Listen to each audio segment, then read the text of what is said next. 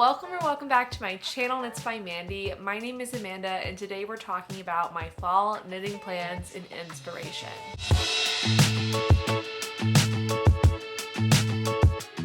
Sweater season is finally upon us. We are even getting some crisp mornings and evenings here in Washington, D.C., and I'm so looking forward to getting into some fall knitting. In this video, we'll talk about a few concrete plans that I have for my knitting, a project that I've already started, and then I also have some ideas that aren't as well formed, but some different types of techniques and textures that I'm really inspired by this season. Before we get into autumn, I wanted to talk about summer and my approaches to some knitting projects this last season and how I'm expecting them to differ moving forward into fall.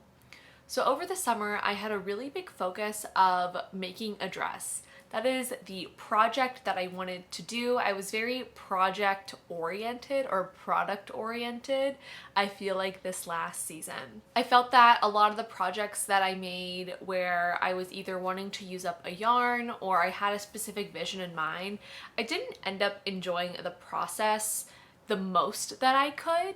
And I'm now in this space in the fall where I want to really balance enjoying the process and a little bit more focusing on the process of knitting the item as well as really enjoying the finished garment.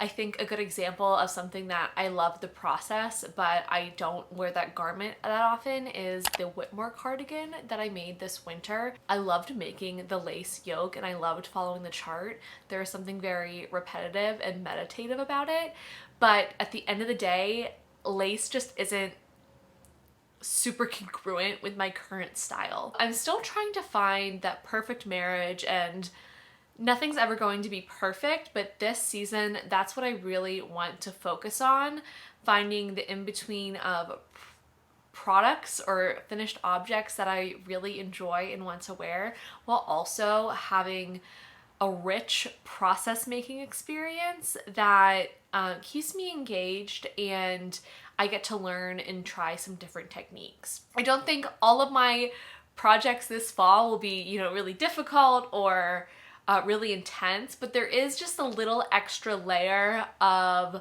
engagement that I'm looking for my projects, I think, this season. The other thing is that I was working a lot from stash this summer. I think I had a lot of yarn saved up. I had purchased large quantities of yarn for the dresses and etc. So I want to get back to my more monogamous style of knitting where I'm picking out a project and then buying the yarn for that, because I feel like that is just a little more better for my creative process. This fall, I want to try out sweaters that are different constructions that I'm used to, and also incorporating either color work or texture into those patterns as well that I select. And so texture could mean cabling, but it could also mean something like the Ingrid sweater that I made last fall, which had faux cabling but was also just comprised mostly of knits and purls. In the past, I've had a lot of swatches for items, which I like doing. That was really fun,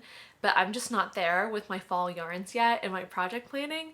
So I have one swatch to show you in the one project that I started for fall, and that is the Folklore cardigan by Amy Gunderson. This is a pattern made for Madeline Tosh, inspired by the piece of merch that Taylor Swift dropped when the Folklore album came out 3 years ago, which was a cabled cardigan.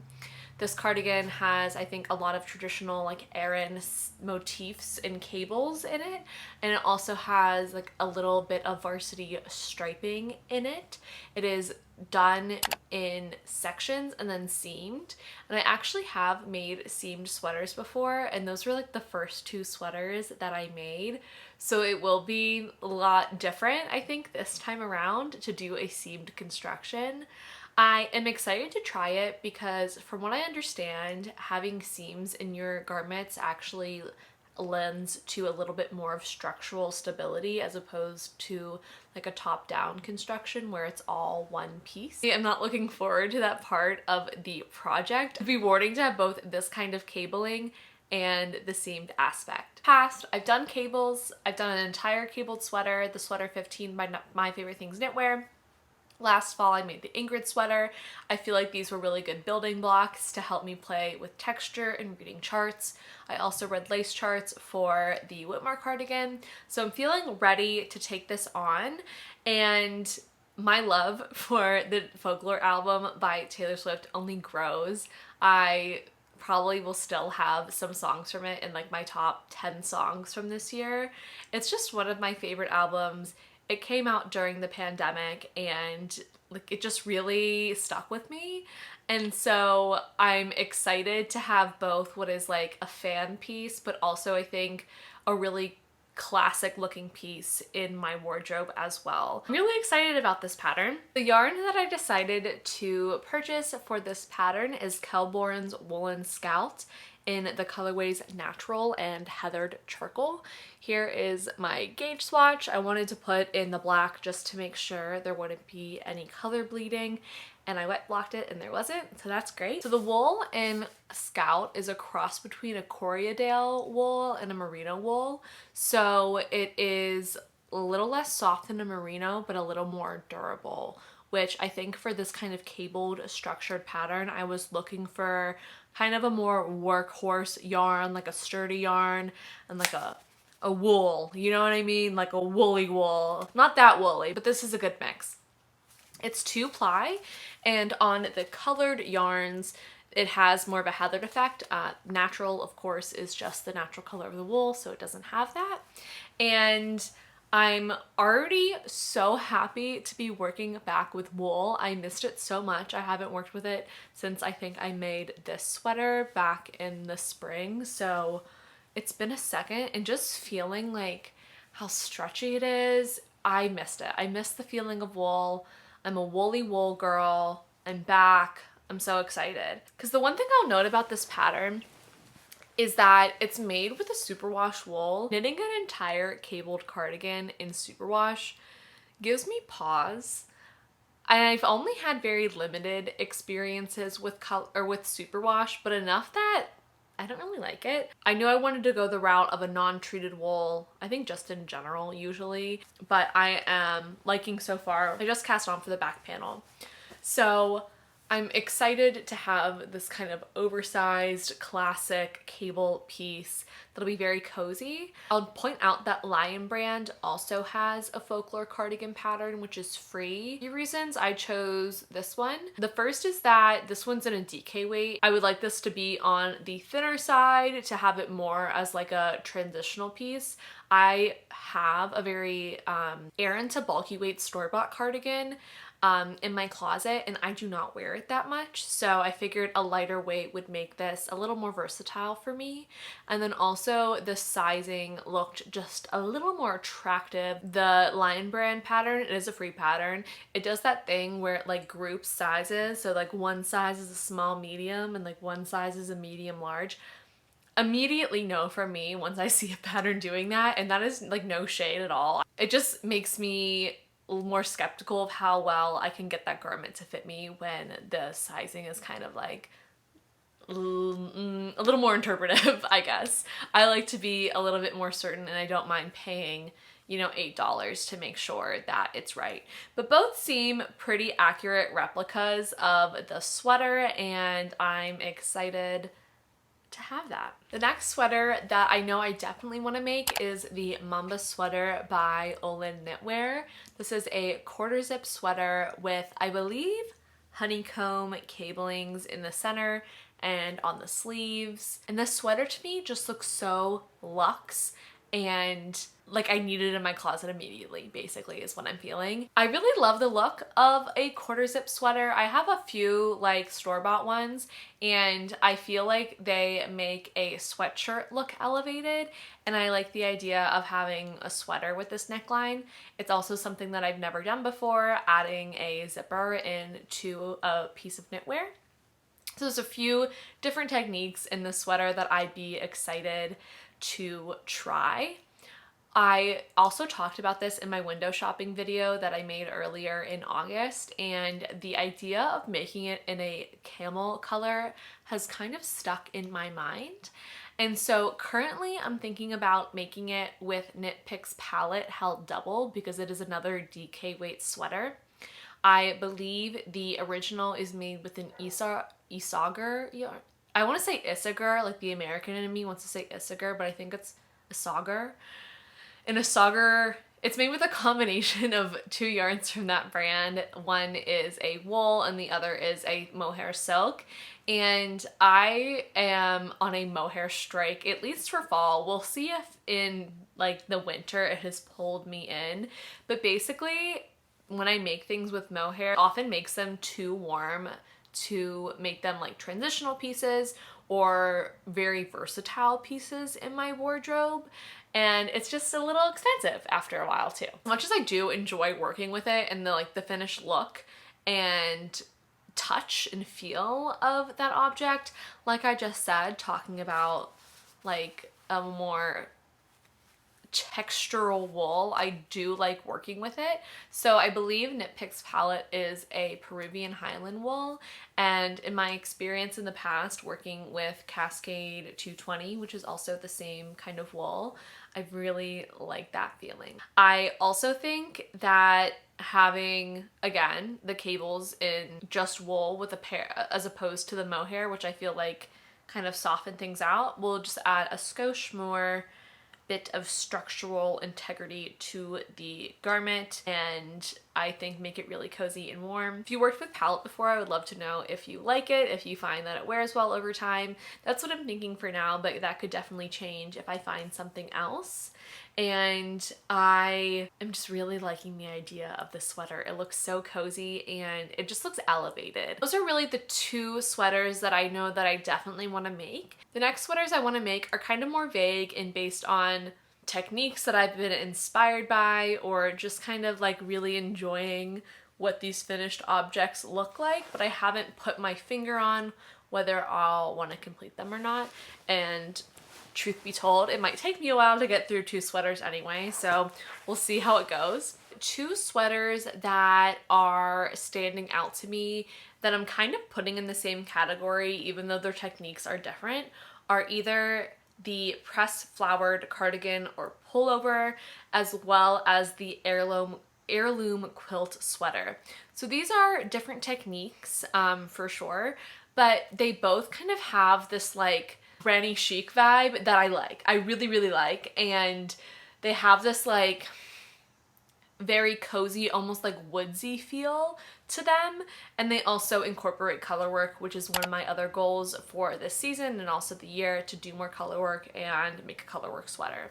So the Press Flowers series is mosaic knitting, and it has like a beautiful texture as well as color to it, obviously with the flowers. The heirloom quilt cardigan is made up of a block construction, making color work squares that look like they're quilted squares in different colors. This more so is something that I think I feel very inspired by, but not necessarily something that I would get a ton of wear out of. I think it looks almost like too special to wear every day, or at least that's how I would feel. It's a beautiful piece, and I just like the project pictures are just like, it looks so cozy and I just want to wear it.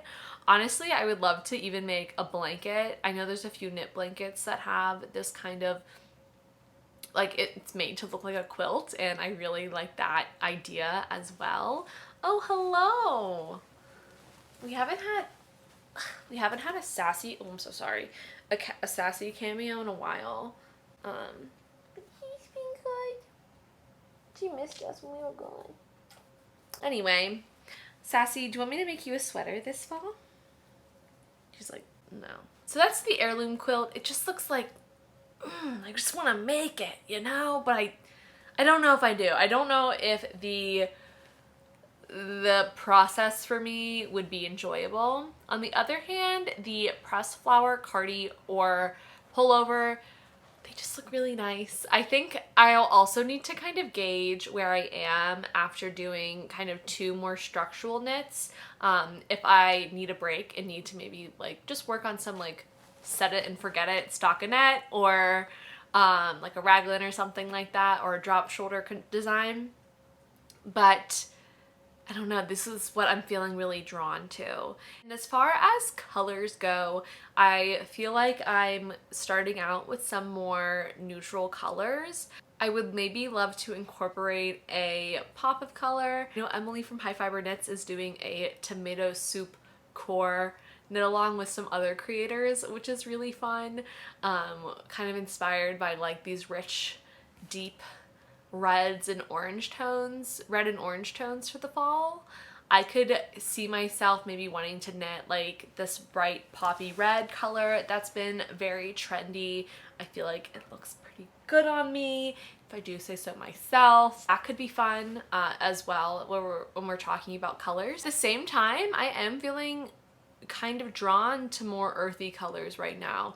So we'll see. I think once I maybe knit the folklore cardigan and I have some more like neutral colors and I'm really wearing my fall sweaters again, I think I'll get a better feeling of what colors I feel are missing. And then we'll go from there. And you never know, you can always run into a really special yarn where the color just speaks to you. That's what happened to me with the sweater I'm wearing right now. So you never know how that all shakes out as far as color goes. I'm usually I'm pretty open. I talked a little bit about color work, and the other kind of color work that I want to do is just a traditional stranded color work yoke sweater. That's something that I just want to have done and kind of checked off and also have in my closet. I feel like there's something nice about these motifs or these textures that kind of call back to a more traditional way of knitting, but like I love giving them my own modern take, or just by, I think, owning them and wearing them in a modern age. It feels nice. Like I really like having that. I like having those elements in my sweaters. I'm learning. So two sweaters from the same designer that I am looking at are either the loom sweater by Sari Nordlund or the City Adventure sweater. These are both two colorwork yokes. The loom sweater has more of like a botanical feel, while the City Adventure has some more geometrical aspects to the colorwork that are more traditional in, I think, like Fair Isle knitting. I have never knit a colorwork yoke before, and it just looks really nice and it looks really fun and engaging. And I'm also would love to work with Cascade 220 again. Like I said, I loved working with it for my Ingrid sweater. It's like such a solid yarn, and I think having another sweater made out of that yarn would be really nice. And I'm just looking forward to planning out a sweater with that. Another sweater that inspires me is the Klee sweater by Midori Hirose.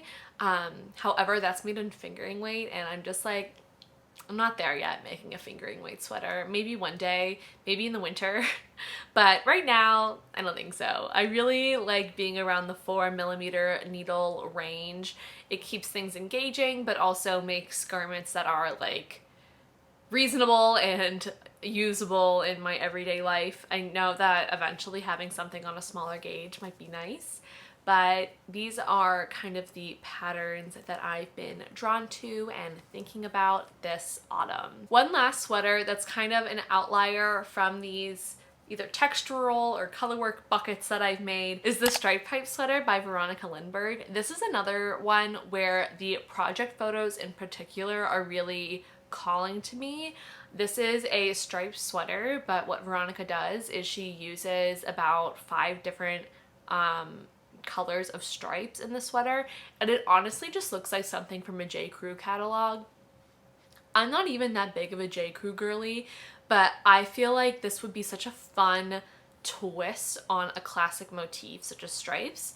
When I've seen striped sweaters in the past, they really don't call to me. When I see just like, for example, like the Marseille sweater by Petite Knit, like something with just that's like beige with like navy stripes doesn't necessarily sing to me.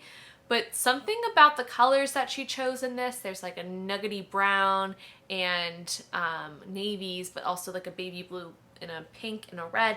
I really like it, and I almost want to recreate this like to the T.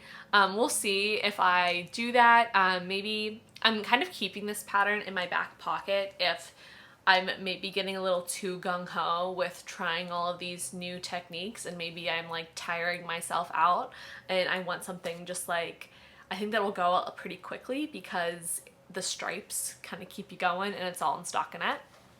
This is something else that I've just been thinking about, noodling around in my head. I keep coming back to this one, and especially the specific colors that Veronika chose. I find it very daunting to have to figure out what colors you want to put into a colorwork sweater. I felt lucky that for the folklore sweater, the original colors were white and black, and I was recreating it, so that's not really a colorwork sweater, but it has 2 colors in it. Color theory is a whole other skill, and identifying what colors work together in a palette is a whole other skill too. So I might just be a little less creative and go directly for the like recreation of the sweater, but also just asking all of y'all on Instagram for feedback is always extremely helpful. That's how I found the recommendation for this yarn. So you never know, you might see me over there asking for, what do you think about these colors together? It's very likely you'll see that happen this fall. The last thing I've been thinking about is a matching scarf and hat set, something that I can just throw on really colder days, either over like a light jacket or a jean jacket. I think that would be really cute. I have to decide what color I really want to focus on. I've been thinking about red. I have some pink hats and sweaters that I wear a lot, and I also have like a maroon jacket. It's a maroon corduroy jacket that I wear in the fall, so maybe something that goes with that. But then I also have this like boucle jacket that I've been wearing last fall, so we'll see what I end up doing. Maybe I make 2, I don't know. Who's to say? But I definitely want to step my accessory game up this fall. I think one thing that I want to do a little more is do a little more in-person shopping as well. I often like the variety and range that kind of falling down the rabbit hole online can lend me, but at the same time I think I'll discover things that I might not have known if I just like go to my local yarn stores more and explore them that way as well. So those are the items that I've been thinking about, inspired about this autumn. I'd love to know what you're thinking about working on. If you want to see any updates, and if you want to see any updates or progress on these projects that I've talked about, definitely stay tuned. I make monthly podcast episodes where I update you all on my projects. Thank you for being here, and I will see y'all soon. Happy fall knitting. Bye.